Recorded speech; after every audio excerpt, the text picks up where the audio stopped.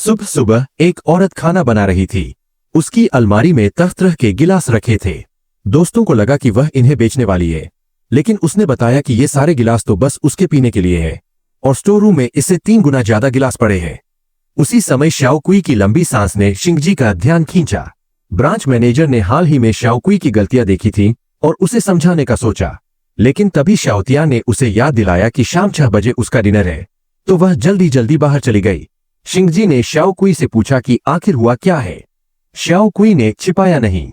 पता चला कि उसका बॉयफ्रेंड किसी और से प्यार करने लगा था, इसलिए उसने उसे छोड़ दिया। बेचारी शाओकुई कह तो रही थी कि सब ठीक है, लेकिन शिंगजी ने ठान लिया कि वह उसे एक बेहतरीन डिनर का अनुभव कराएगी ताकि उसका दिल टूटने का दर्द कम हो सके। शरीर को शराब पीने के लिए अच्छे हाल में लाने के लिए शिंगजी शाओकुई को डार्क बॉक्सिंग जिम ले गई। गुरुवार की डार्क बॉक्सिंग 45 मिनट में 1000 कैलोरी जलाती है और हर पंच के साथ आवाज निकालनी होती है। इस तरह गले का पूरा इस्तेमाल शराब का स्वाद और भी गहरा बना देता है। बाहर आने के बाद शाओकुई ने पानी मांगा, लेकिन शिंगजी ने सख्ती से मना कर दिया। इससे सारी मेहनत बेकार जैसी लग रही थी। शाओकुई उलझन में थी, लेकिन शिंगजी बिना कुछ समझाए सुपरमार्केट में सामान खरीदने चल दी। आज शिंगजी खास ध्यान से चीजें चुन रही थी। उसने पहले ऑक्टोपस का पैर लिया, फिर अर्जेंटाइन झींगे। सुपरमार्केट का लड़का समझा कि वे सुशी बनाने वाली है और उसने सुशी विनेगर सुझाया। शिंगजी ने मना कर दिया और आखिर में कोरियन स्पाइसी सॉस उठाया। घर पहुंचने पर शाओकुई ने हवा में झुककर नमस्ते किया, मानो कोई और भी मौजूद हो। आज खाने में एक और व्यक्ति था, इसलिए शिंगजी ने 2 नए बर्फ वाले गिलास निकाले। आज का मेन्यू था कोरियन खाना। उसने पोर्क बेली काटकर पकाना शुरू किया। उसमें किमची और कोरियन स्पाइसी सॉस डाला। कुछ देर भूनकर पत्थर की कड़ाही में रखा और पानी डालकर उबालने लगी। इसी दौरान ऑक्टोपस के टुकड़े काटे और हरे प्याज की पतली कतरने डाली। मिर्च पाउडर मिलाकर हल्का भूनकर ऑक्टोपस डाला। झटपट कोरियन स्टाइल तला हुआ ऑक्टोपस तैयार हो गया। शिंगजी ने गहरी सांस ली और पूरा माहौल तीखेपन की खुशबू से भर गया। फिर आटा गूंथकर कोरियन पैनकेक बनाने की बारी आई। उसने बैटर में हल्दी, हरी प्याज और हरी मिर्च डाली।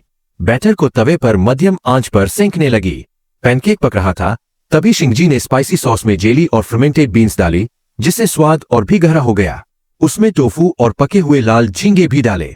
शाओकुई इस अनोखी खुशबू से खिंच गई। कोरियन पैनकेक के लिए सबसे जरूरी होता है डिपिंग सॉस। शिंगजी ने तिल की चटनी में पोमेलो विनेगर और मिर्च का तेल मिलाकर तैयार किया। पैनकेक तैयार होकर प्लेट में सज गया। स्पाइसी सॉस में अंडा तोड़ा गया और अचार वाली परीला पत्तियां भी निकाल ली। सारी तैयारी पूरी हो गई। शाओकुई अब बियर की ओर देखने लगी। उसकी प्यास की हद हो चुकी थी।